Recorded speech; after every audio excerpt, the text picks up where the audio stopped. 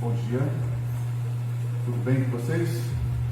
Bom vê-los aqui novamente.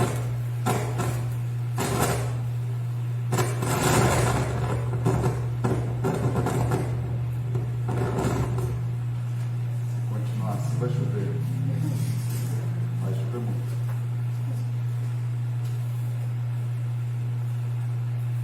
Bem, irmãos, deixa eu falar com o pessoal de casa, né? Bom dia, meus irmãos, aqueles que estão nos assistindo em casa. Uma alegria poder estar aqui mais uma vez com vocês, falar do Evangelho, falar da Palavra de Deus. Essa semana nós recebemos a notícia de que um jovem da igreja, junto com a sua família, está internado também por conta da Covid. É o Lucas Charré, acho que muitos de vocês conhecem aqui, pelo menos os jovens. Ele é um jovem assíduo no nosso grupo e recebemos a notícia de que ele e sua família está internado por conta da Covid. Então peço que vocês orem. O nome dele é Lucas Charré. Nome diferente, né? Então acho que vai ser fácil vocês gravarem. Então estejam orando pela vida desse irmão e da sua família. O presbítero Luiz, vocês ficaram sabendo do que aconteceu essa semana, a perda do seu pai e da esposa do seu pai, o Joel e a Sandra. Um momento muito difícil. O Luiz está vivendo esse momento, está em casa, mas acredito que logo mais à noite ele esteja aqui. Mas continue orando. O Luiz está bem firme, graças a Deus, mas como ele mesmo falou, como filho, como homem, ele sente a dor da perda de alguém que ele tanto ama e amava. Então, estejam orando por essas pessoas, para que Deus esteja confortando e ajudando seus corações. Bem, eu queria falar sobre esse tema, cura profunda, porque ultimamente eu tenho pensado muito nessas questões do homem, nas questões da minha vida, e eu acho que todo mundo aqui sabe que o grande problema da humanidade, o grande problema do homem é o pecado. E às vezes a gente luta com tantas coisas e esquece que existe uma raiz chamada pecado, que é onde a gente deve atuar. Então, quando eu uso esse tema sobre cura profunda, eu falo justamente a cura sobre o pecado humano, né? Algo que só Deus pode fazer, só Deus pode fazer. Então, é algo que o homem tem que entender, que ele não vai encontrar isso em outro lugar, a não ser em Jesus Cristo, a não ser em Deus. Só Ele pode nos curar. Bem, o texto que nós vamos ler é João 5, de 1 a 7, diz o seguinte, está aí no... vamos lá. Algum tempo depois, Jesus subiu a Jerusalém para uma festa dos judeus. Há em Jerusalém, perto da Porta das Ovelhas, um tanque que em aramaico é chamado Betesda, tendo 5 entradas em volta. Ali costumava ficar grande número de pessoas doentes e inválidas, cegos, mancos e paralíticos. Eles esperavam o movimento das águas. De vez em quando descia um anjo do Senhor e agitava as águas. O primeiro que entrasse no tanque, depois de agitar as águas, era curado de qualquer doença que tivesse. Um dos que estavam ali era um paralítico, fazia 38 anos. Quando o viu deitado e soube que ele vivia naquele estado durante tanto tempo, Jesus lhe perguntou: você quer ser curado? Disse o paralítico: Senhor, não tenho ninguém que me ajude a entrar no tanque quando a água é agitada. Enquanto estou tentando entrar, outro chega antes de mim. Esse é o texto. Vamos orar? Pai querido, obrigado por essa manhã, por mais uma vez termos acesso à Tua Palavra, e num dia tão bonito, tão especial, poder rever os meus irmãos e compartilhar com eles a fé em Cristo Jesus. Pedimos que o Senhor nos oriente, nos ajude a tirar desse texto, dessa ação milagrosa do Senhor, verdades para a nossa vida que nos ajudem a caminhar, a viver em Ti e ao mesmo tempo orientar e aconselhar pessoas a respeito da verdadeira transformação que é possível através de Jesus. Então, que o Senhor, através desse texto,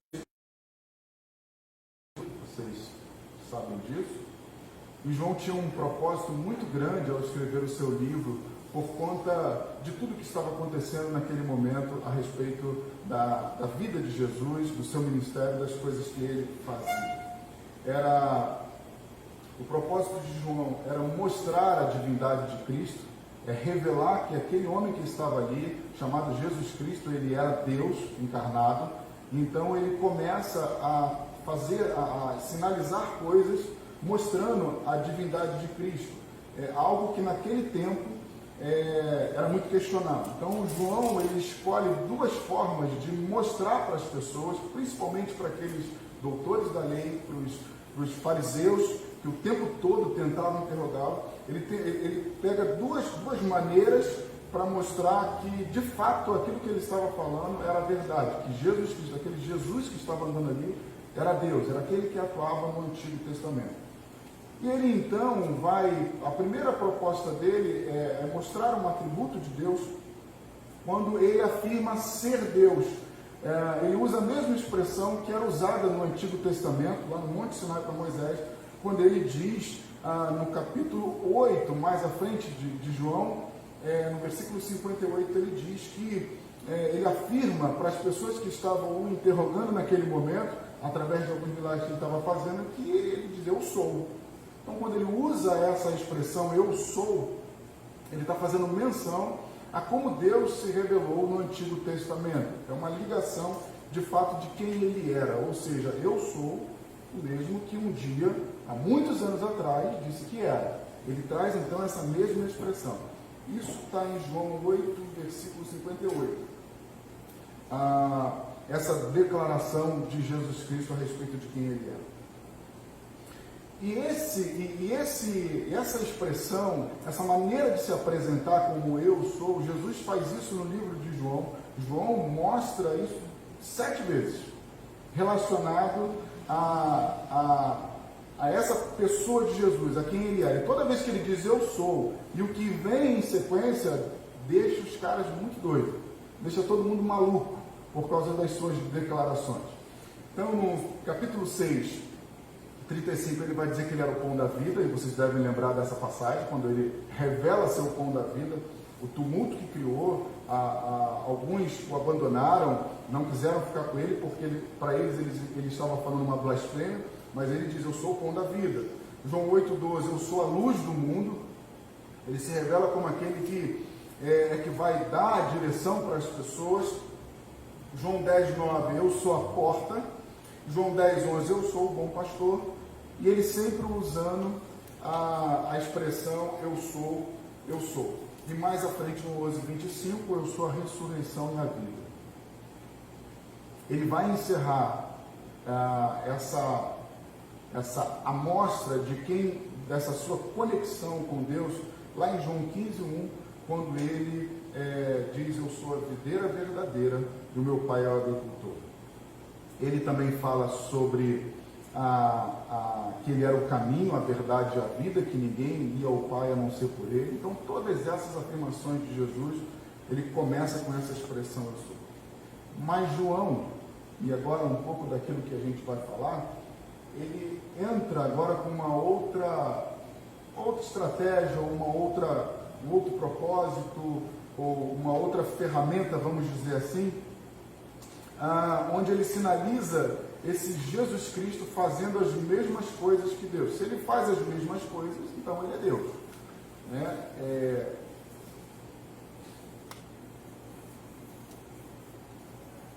Eu acho que aqui a gente pode abrir um parêntese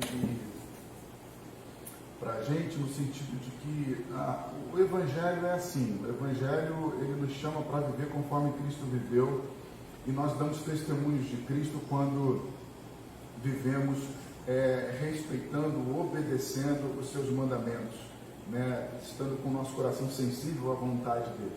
Isso a gente revela Deus na nossa vida. Então, ele agora vai falar de 7 milagres que Jesus fez.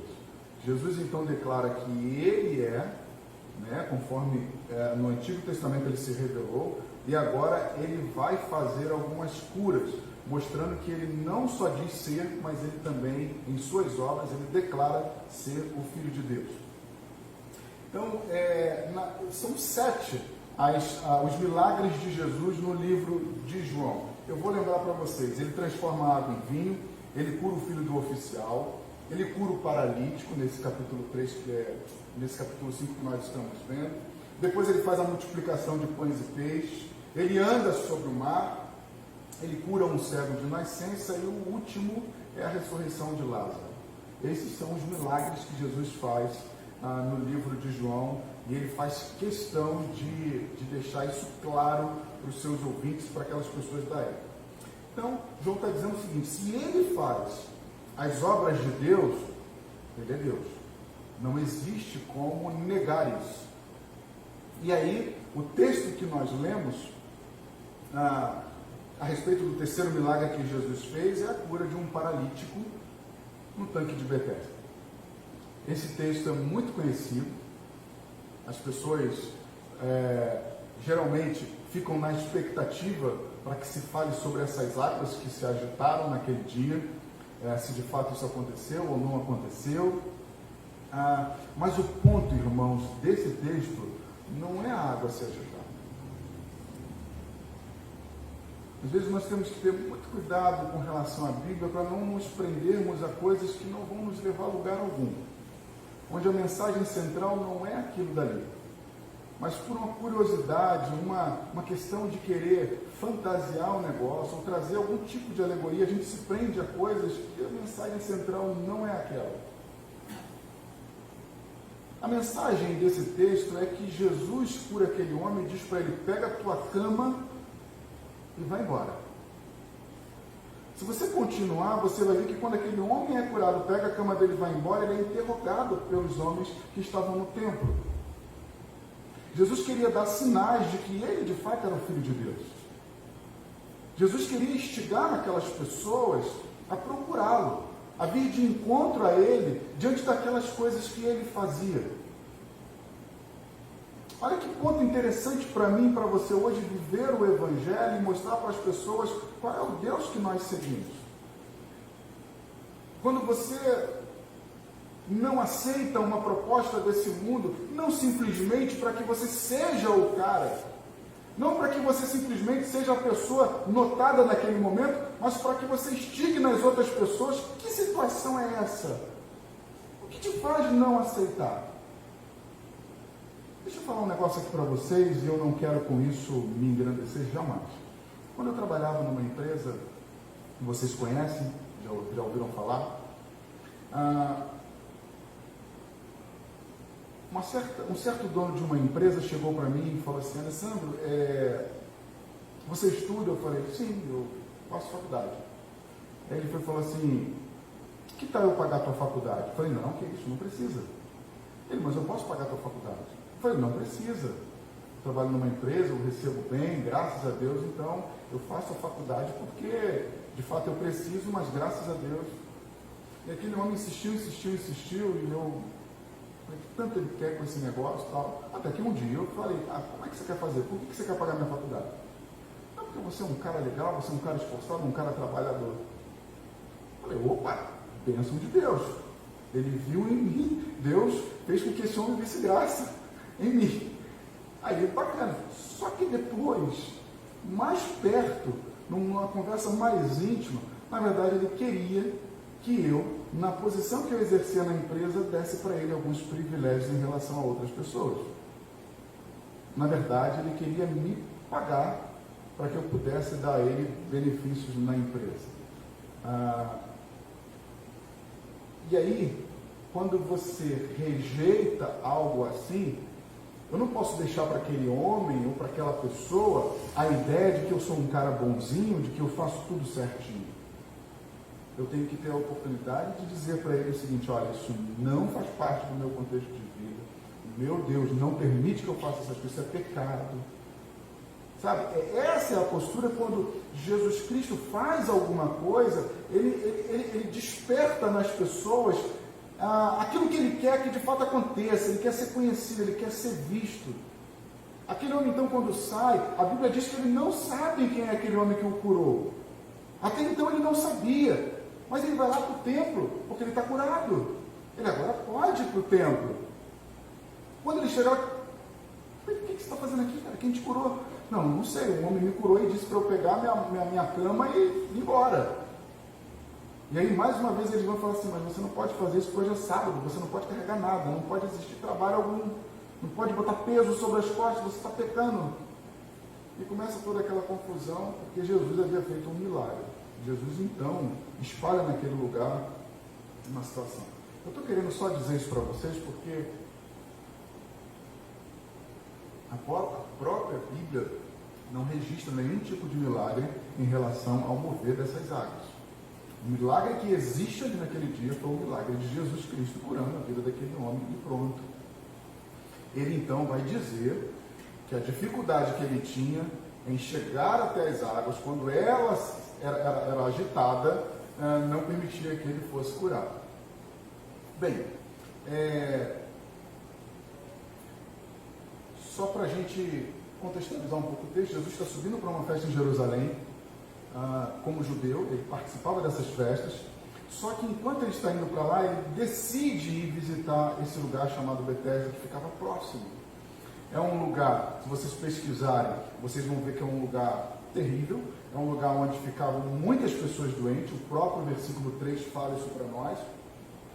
Era um lugar em que concentrava pessoas que eram desprezadas, pessoas que por conta das suas enfermidades não eram bem-vindas no meio da sociedade, não só no meio da sociedade como na sua própria família. Quando uma pessoa ela era pega com uma lepra, com uma doença, a orientação era que ela se afastasse até mesmo do seu vínculo familiar. Ele era retirado, alguns viviam nas ruas, outros encostados em algum lugar, mas eles não podiam ficar perto das pessoas, e automaticamente as pessoas também não se aproximavam desse grupo. Então existia esse lugar que se tornou uma grande concentração de pessoas leprosas, paralíticas, doentes, todo tipo de problema que impedisse eles de ficarem no meio da sociedade. Então eles vão para aquele lugar. Era como se fosse, irmãos, não sei se o termo que eu vou usar vai ser muito duro, mas era como se fosse um depósito de pessoas inválidas, à procura de uma cura milagrosa, porque naquela época não existia cura para os seus problemas. E por saberem que ali existia uma água que se agitava, então eles se concentravam naquele lugar. O texto diz que era uma multidão, era muita gente naquele lugar, então você imagina como era o cenário daquele local. Cenário esse que ninguém gostaria de ir até lá, mas Jesus Cristo, indo para uma festa religiosa, ele prioriza e justamente nesse lugar. Esse é um ponto muito interessante do texto. Jesus prioriza e justamente nesse lugar. E aí me fez lembrar de Marcos 2,17. O que leva Jesus a ir justamente nesse lugar? O que leva Jesus a ir nesse lugar é o que Marcos diz, quando Jesus declara, dizendo que ele não veio para os sãos, ele não veio para os santos, mas sim ele veio para os pecadores, ele veio para os doentes. Por isso que Jesus ele vai até aquele lugar. E a palavra de Deus no meu e no teu coração, de fato, ela deve nos motivar a ir para os lugares em que muitos não querem, a enfrentar questões que muitos não querem enfrentar. Às vezes, dentro da nossa própria casa, dentro de um relacionamento com irmãos, ou dentro de um relacionamento com amigos, ou dentro de um relacionamento de namoro, noivado, seja lá o que for, dentro de algum relacionamento, existem problemas, existem situações que nós preferimos não enfrentá-los. Nós preferimos deixá-los até que um dia aquilo possa se resolver. Mas nós esquecemos que o tempo todo na nossa vida nós estamos lidando com uma coisa chamada pecado. Ele é a raiz de todo o problema que nós enfrentamos. É a raiz de todos os nossos problemas. Você não discute com alguém porque você simplesmente divergiu de uma ideia ou outra. Pode acontecer. Mas às vezes ali é bom ir a fundo, porque às vezes ali pode ter alguma coisinha a respeito de um orgulho, de uma posição, um sentimento do teu coração. Talvez alguma coisa na minha vida e na sua vida que nós estamos estamos fazendo hoje, precisamos olhar, e por isso que eu botei cura profunda, porque eu e você precisamos olhar todos os dias para dentro do nosso coração, e no mais íntimo, e ver a possibilidade de encontrar ali algo que esteja fora da vontade de Deus. Então Jesus Cristo decide ir até aquele lugar, porque a Bíblia diz que ele chora com os que choram. Ainda que ele se alegre com os que se alegram, ele tem prazer, ele prioriza chorar com aqueles que choram. Ele prioriza ir em direção àqueles que dependem dele exclusivamente. Daquele que não vê mais situação alguma que possa mudar a sua vida. E o texto diz, em Marcos 17, que ele não veio para os santos. Ele usa essa expressão, porque muitas pessoas naquela época se julgavam ser pessoas boas, pessoas que se separavam das outras pessoas por se julgarem ser melhores. Então ele falou, não vim para essas pessoas que pensam dessa maneira, eu vim para aqueles que de fato estão esperando um milagre jogado nos cantos. São pessoas esquecidas e maltratadas, pessoas que às vezes nós até esquecemos que existem, mas Jesus ele não esquece. Quando eu estava lendo esse texto, pensando um pouco, lendo e consultando um pouco sobre esse lugar, me veio à mente,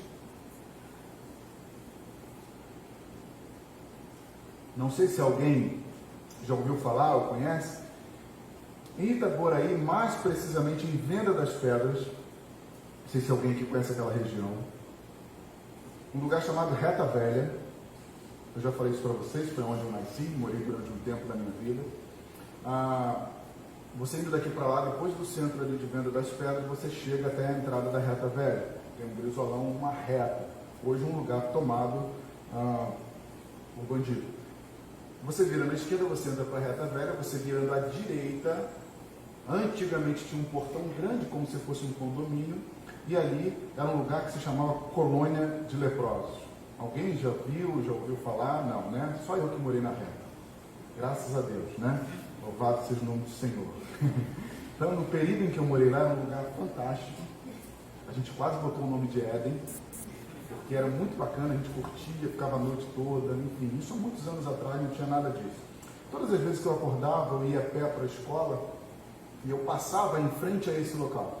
Sempre passei em frente a esse local. E eles, muitos homens e mulheres, ficavam agarrados na grade. Imagina uma grade grande, eles ficavam ali segurando, e todas as pessoas que passavam, eles estendiam a mão para receber alguma coisa. E de fato, você via o braço, o corpo, alguma parte do rosto machucado. De fato, a lepra mesmo inserida ali no corpo deles. Era uma imagem horrível. Isso ficou gravado na minha cabeça, na minha mente. Eu era novo, era muito novo, e quando eu estava indo para a escola, era um lugar que as pessoas tinham medo de passar, ainda que eles ficassem com as mãos estendidas, as pessoas não se aproximavam, não chegavam perto, e existia alguns momentos dessas pessoas conseguirem fugir dali. Então era um alvoroço no local, porque um leproso fugiu da colônia.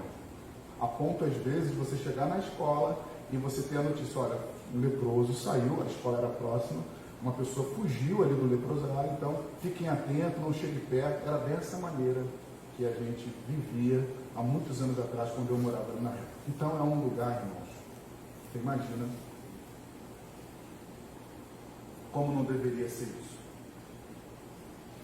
E Jesus vai naquele lugar, e a Bíblia diz que ele vê aquele homem. Ele olha para aquele homem. Ele está ali, ninguém sabe quem ele era, ninguém imagina que ele vai chegar ali e vai fazer uma cura. Mas ele decidiu ir até aquele homem.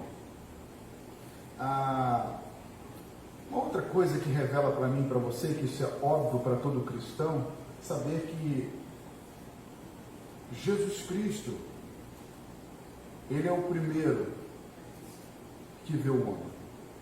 O homem não tem condições de ver a Jesus. O homem não tem. Conversão é milagre de Deus. Não pode ter sido de outra maneira. Porque se foi de outra forma, eu tenho certeza que esse negócio não é firme. Em algum momento ele vai cair. Agora, quando há uma conversão genuína, uma ação de Deus na minha vida, na sua vida, logo isso vai dar fruto, isso vai continuar durante toda a sua vida. Você vai ter comunhão com Cristo.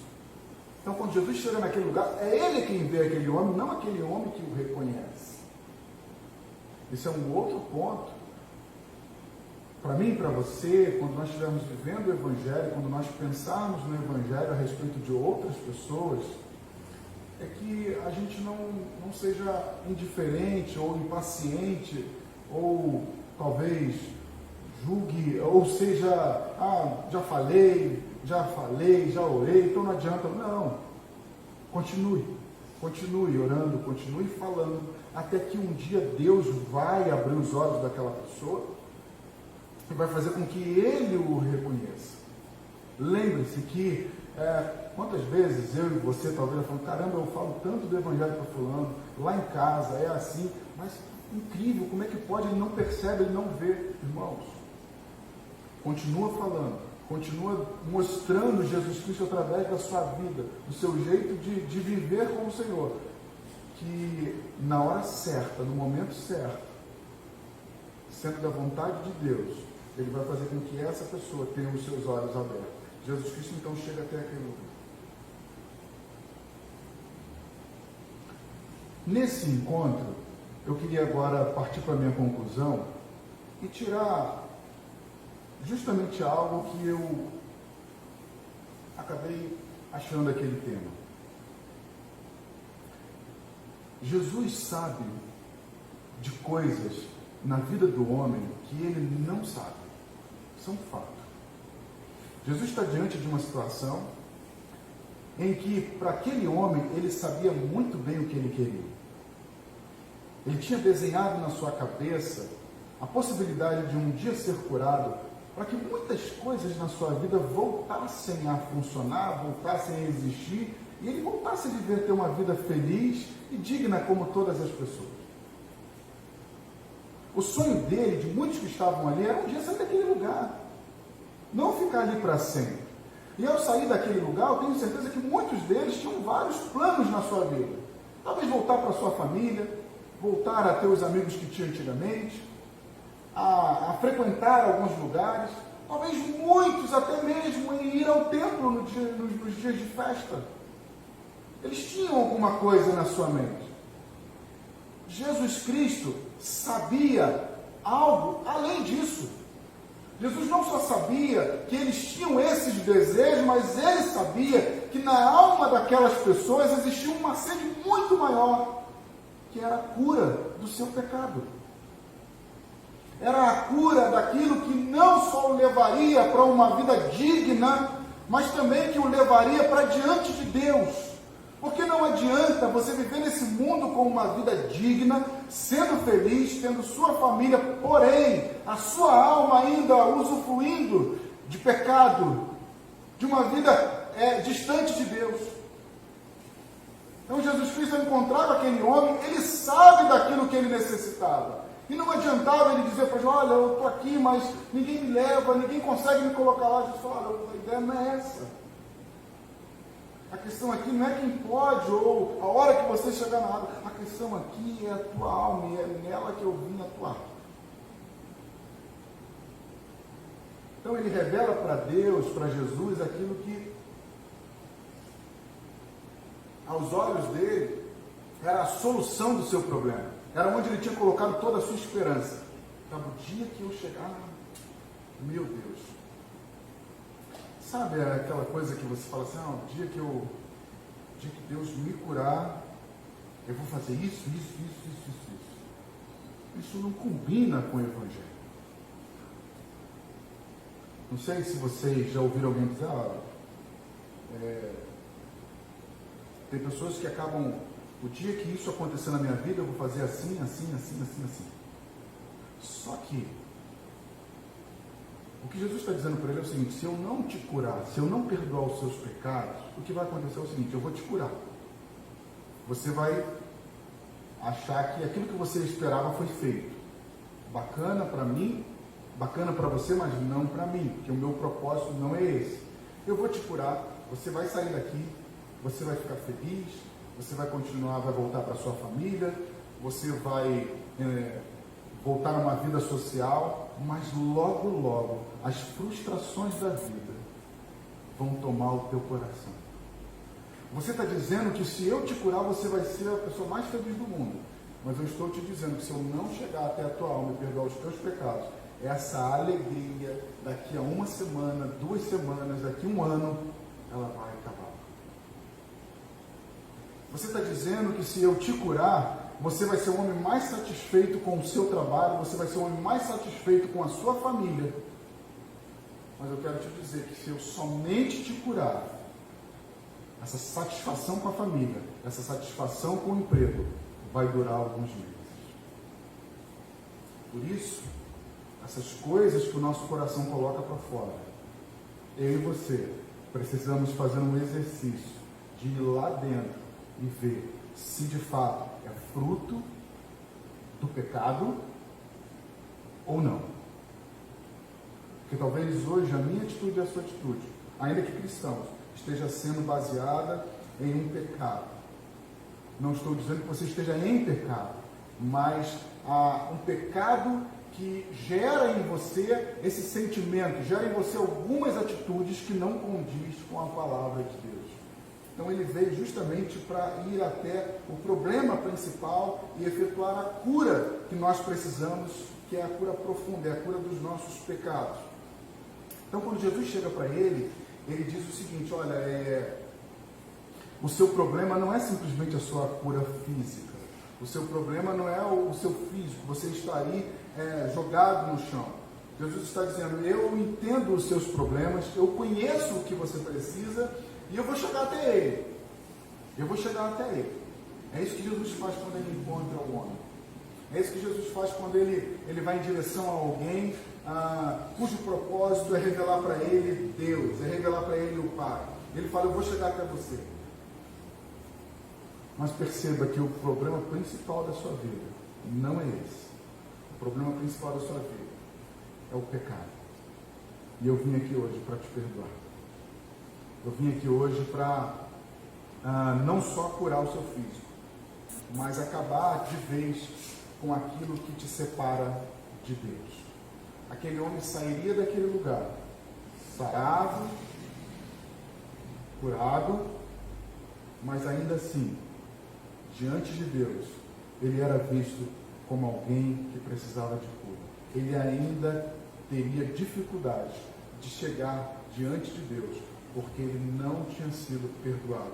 O homem que simplesmente procura Deus por questões dessa vida, ele não consegue chegar diante de Deus. O coração ainda está inclinado para as coisas desse mundo, logo ele não consegue chegar diante de Deus. Se eu puder andar, tudo fica bom. Se eu sair daqui, eu vou ficar feliz.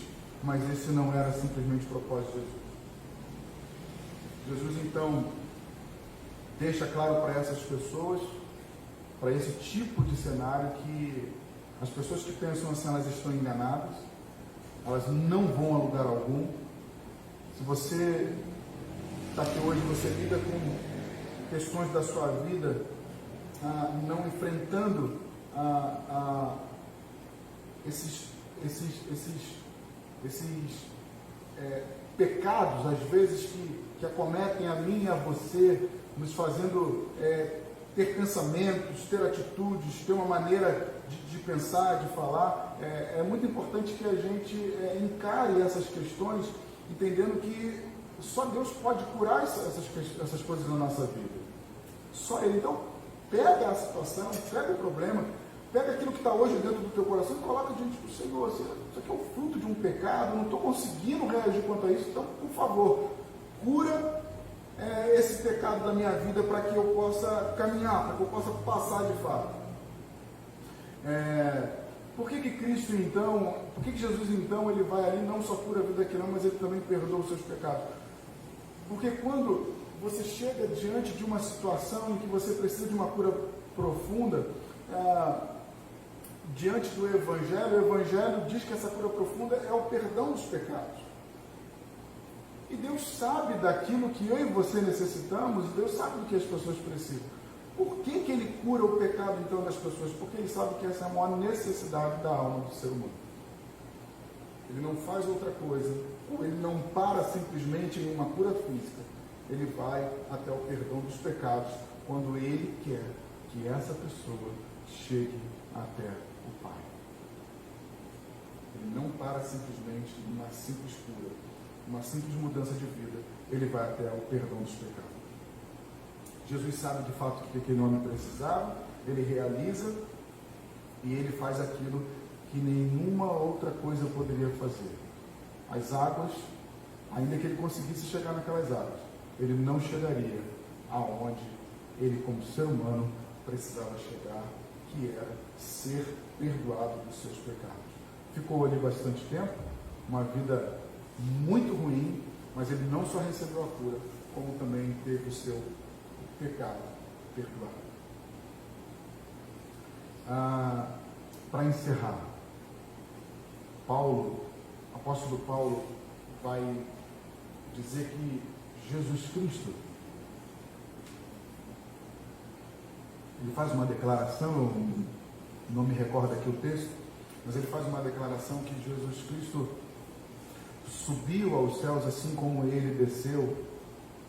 E ele está falando que Jesus Cristo, pelo fato dele ter subido, voltado de um lugar onde ele estava, significa que ele desce. E chegar até a cruz é ir até as profundezas da vida em que um homem pode estar no seu sentido mais horrível da vida. É como, talvez uma expressão, é como se Jesus Cristo fosse ao inferno e tirasse o homem de lá.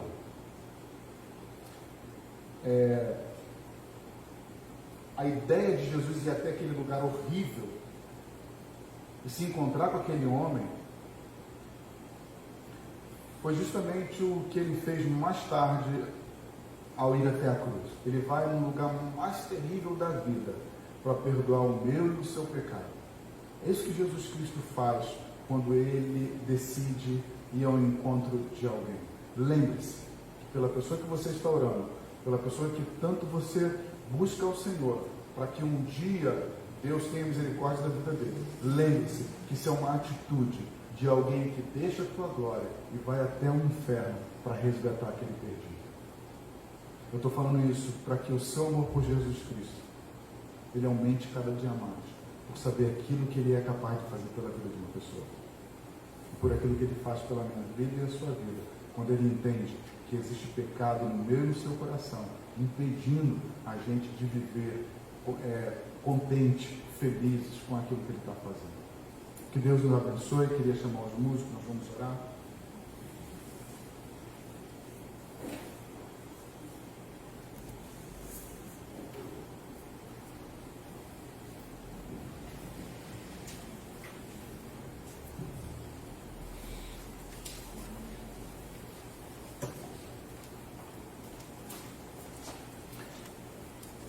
Eu achei que eu não tivesse anotado, mas o texto aqui, se você quiser ver depois, Efésios 4:9, você vai ver Paulo falando a respeito disso, que Deus desce às profundezas do abismo.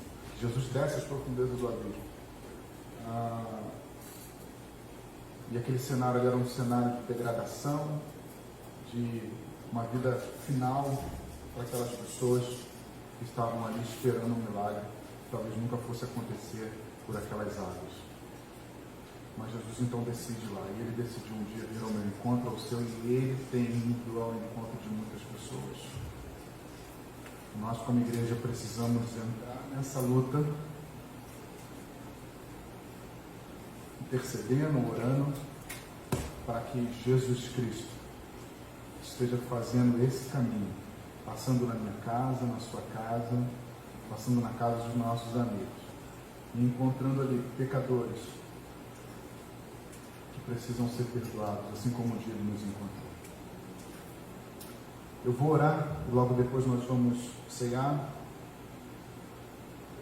Pai querido, obrigado por essa manhã, por esse dia, obrigado pela tua palavra, obrigado pela oportunidade que nós vamos ter agora de ceiar, comer os elementos da ceia. Obrigado por nos proporcionar, Senhor, esse momento tão maravilhoso, de estar à mesa contigo, lembrando da tua morte e ressurreição, lembrando de que, assim como o Senhor morreu na cruz e ressuscitou e chegou novamente até os discípulos, o Senhor também foi até aquele lugar horrível, curou a vida daquele homem. Ele não sabia quem o Senhor era, mas logo depois o Senhor o encontrou no templo e ele descobriu que o Senhor era Jesus. O Senhor vai até aquele lugar, cura ele, e depois faz questão de vê-lo novamente, de se apresentar para ele novamente e dizer: olha, não peques mais. Não peques mais. Que nós possamos todos os dias entender que nós fomos chamados para não pecar. Mas pelo fato de termos um corpo, Senhor, ainda pecaminoso, nós te pedimos em nome de Jesus Cristo, possamos nos arrepender todos os dias dos nossos pecados, principalmente daqueles que nós não sabemos, ou que às vezes julgamos não ser pecado, mas que o Senhor relembre para nós todos os dias: vai, não peques mais, para que nós possamos todos os dias buscar ao Senhor, pedindo perdão pelos nossos pecados e saindo, fugindo deles todos os dias, entendendo que te amar, viver para o Senhor é a melhor coisa dessa vida. Pai, que nesse momento, ao comermos do pão, bebemos do cálice, o Senhor possa trazer à nossa mente, ao nosso coração, a alegria de vivermos num reino de um Deus tão grande, tão poderoso, que caminha e vive conosco todos os dias. Muito obrigado, Senhor, em nome de Jesus. Amém. Pode ser você.